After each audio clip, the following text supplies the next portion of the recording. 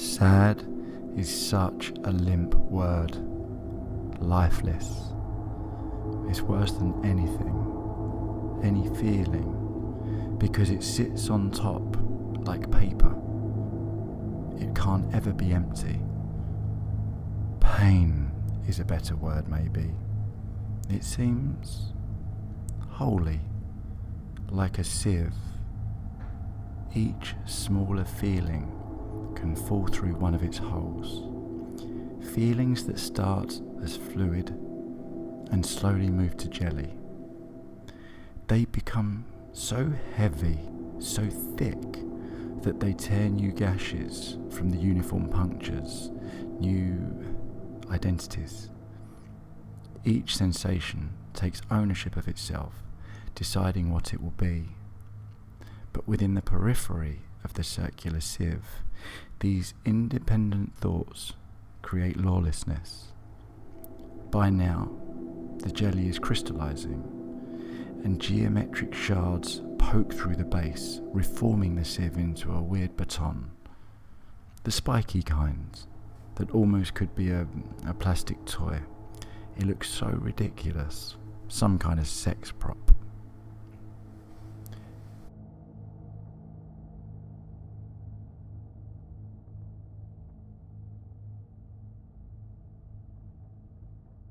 Limp, like bodies on tiny boats docked in the middle of the sea. They're not free, but they choose to be there, baking and swaying on their little islands. I don't know how their bodies stay still, confined on their dinky republic. Frozen, even the battering of the sun will not loosen them. Sometimes they share stiff looks at those hanging off other islands, but mostly fat feet and knobbly arms poking out from the steel limits are all that's in sight. There is no war. There will be no war between them. There are too many boats. It's too hard. To take action requires a decision.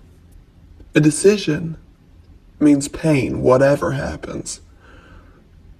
And what happens to these corpse-like bodies?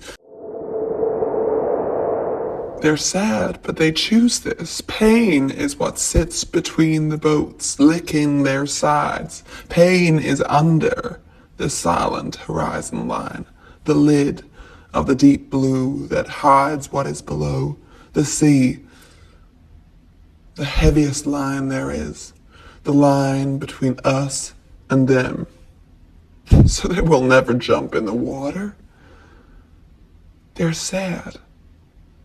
The sea is pain. I read once. The moon is a waterless crystal that is frozen and ashen and seeks to integrate itself with our seas to quench its paralyzing thirst. The earth is the crystal which discharges its superfluous water. I like this. It's nice.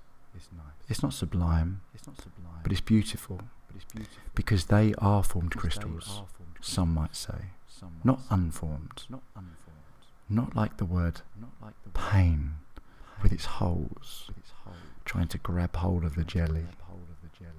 Anyway, it's romantic. Even if a paralysing thirst sounds pretty painful. It's romantic because they just watch each other from really far away. The moon reaching for the earth's damp belly, the earth trying to slap a baby back and never quite getting there.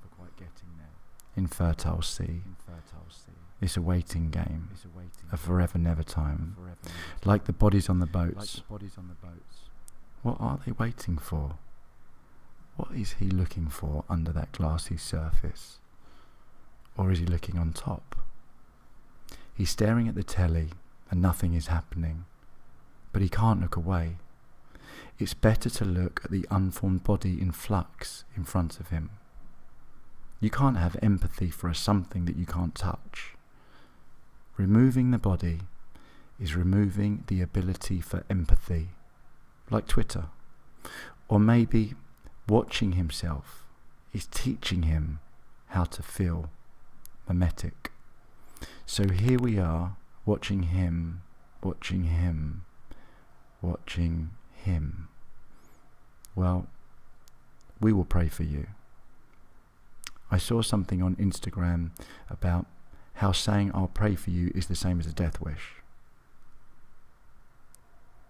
A sick person gets performance anxiety, knowing that they are being watched, and they rarely get better. So, choose your words carefully.